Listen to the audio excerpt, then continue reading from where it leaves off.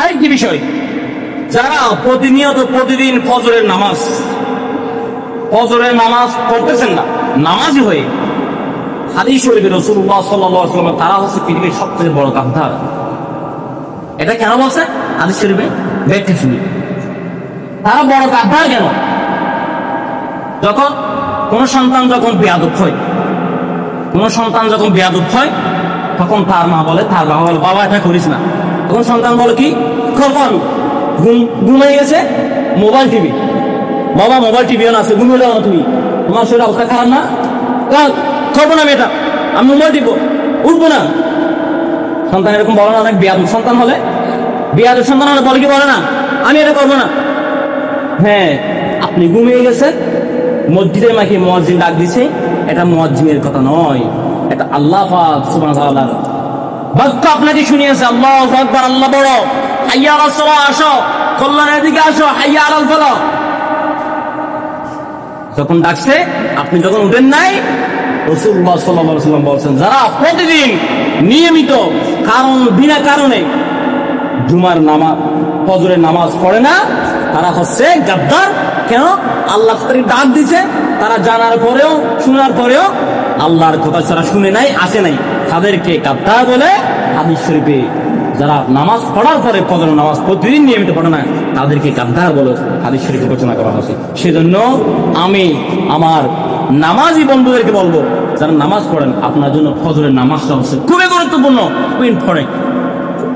এই ফজরের নামাজটা হচ্ছে নামাজের সাবক। ফজরের নামাজ পড়ছেন, এক ফজরের নামাজের 2 রাকাত সুন্নতের মধ্যে একটি সিজদা, যে দাম, যে মূল্য সারা পৃথিবীর সবকিছু তার সমান হবে না। এবং সারা রাত যদি তাহাজ্জুদের নামাজ পড়েন, সারা রাত যদি আল্লাহকে ডাকেন, ফজরের 2 রাকাত সুন্নতের মধ্যে একটি সিজদার সমান হবে না। সুবহানাল্লাহ।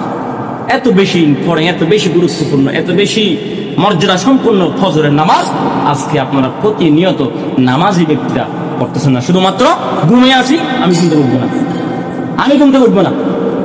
আল্লাহ বুঝাচ্ছে কি, আপনি আল্লাহকে বুঝাইছেন, আমার ঘুম হয়েছে, আমি খবর দিয়েছি, অনেকজনকে খবর দিই মাঝে মধ্যে বা ডাকি, তখন আপনি উঠেন না, আপনাকে আমি গিয়ে ডাকার পরে উঠলেন না। তার ফলে আপনি মনে রাখবেন, আপনি বড় গাদ্দার পৃথিবীর বুকে। রাসূলুল্লাহ বলেছেন, আমার কথা না, আমার কথা। আপনি রাগ করে কিছু হবে না, আপনার রাগ করলে বরং আপনি কি হয়ে যাবেন, বেঈমান হয়ে যাবেন। ইদা যুকিরাল্লাহু ওয়াজিলাত কুলুবুহুম ওয়া ইদা তুলিয়াত আলাইহিম আয়াতুহু যাদাতহুম ঈমানা। কোরআনের কথা, হাদিসের কথা শোনার পরে যদি মনের মধ্যে মলিনতা এসে যায়, মনের মধ্যে দুঃখ এসে যায়, আপনি মুসলমান নয়, আপনি ঈমানদার নয়, আপনি কখনো আপনি জান্নাতি নন, আপনি বেঈমান, মুনাফিক, জাহান্নামী। যদি কোরআনের কথা, হাদিসের কথা শোনার পরে আপনার মনে দুঃখ এসে যায়। সেজন্য নামাজ ব্যক্তির ভাইদেরকে বলবো আমি, ফজরের নামাজটি যারা প্রতিনিয়ত প্রতিদিন নামাজটি ছেড়ে দিচ্ছেন, আপনারা দয়া করে অন্য নামাজগুলোর মান সম্মান রাখার জন্য ফজরের নামাজটি পড়বেন। এরপরে আমি আমার বন্ধুদের প্রতিদিন বলে, প্রতি জুমায় বলে, যারা আমার ভাইয়ের নামাজ পড়তেছেন না, এই যে দুনিয়ার সব কাজ করছেন, সবগুলো পরের জন্য, কিন্তু যে 5 ওয়াক্ত নামাজ, এটা আপনার জন্য। এটা আমি প্রতি জুমায় বলতেছি, বলতে থাকবো, বলেছিলাম, বলতেছি, বলতে থাকবো, যতদিন না এই মুখে জাবান আছে। কারণ যতক্ষণ পর্যন্ত আপনার মুখে জাবান আছে, তো তুমি আল্লাহর নির্দেশ, আমার দিনের কথা, কোরআনের কথা, আমার বইয়ের কথা উম্মতের মাঝে বলে যাও। সেজন্য আমি বলতে থাকবো। যারা নামাজ বাদ দিচ্ছেন, ভাই দেখে, এই দুনিয়া যা কিছু করছেন, আপনি যত কিছু করতেছেন, সবগুলো আপনার সন্তান সন্ততিদের জন্য, পরের জন্য। একমাত্র দিনে 5টা মিনিট 10টা মিনিট যে 5 ওয়াক্ত নামাজের জন্য লাগবে, এই সময়টা আপনার নিজের জন্য, আর কিছু নয়। এই সময়টা আপনার নিজের জন্য করতে হবে। 5 ওয়াক্ত নামাজ যদি পড়েন, 10 মিনিট সময় লাগবে, এই সময়টা আপনার জন্য আপনি কাটাবেন, আর সব আপনি পরের জন্য কাটাবেন। আপনার মৃত্যু হয়েছে, আপনার একটি সন্তান আপনার জন্য 3 দিন কাঁদবে, 7 দিন কোনো খবর রাখবেন। অসংখ্য প্রমাণ আছে। আপনার খবরের পাশে একটু প্রস্রাবও করবে না আপনার সন্তান, যদি আপনার কোনো কিনা থাকে টেবিলে, আপনার সন্তানের জন্য লেখে যেতে না পারেন, সন্তানের জন্য কিছু ভালো সম্পত্তি রেখে যেতে না পারেন, আপনার খবরের পাশে একটু প্রস্রাবও করবে না তুমি সন্তান। যে সন্তানের জন্য আপনি আজকে নামাজ বাদ দিচ্ছেন, জাহান্নাম দিন দিন টেনে নিয়ে আসছেন কাছে, সেই সন্তান আপনার খবরের পাশে গিয়ে দাঁড়ানো কখনো, যদি আপনি তাকে সম্পত্তি দিয়ে যেতে না পারেন।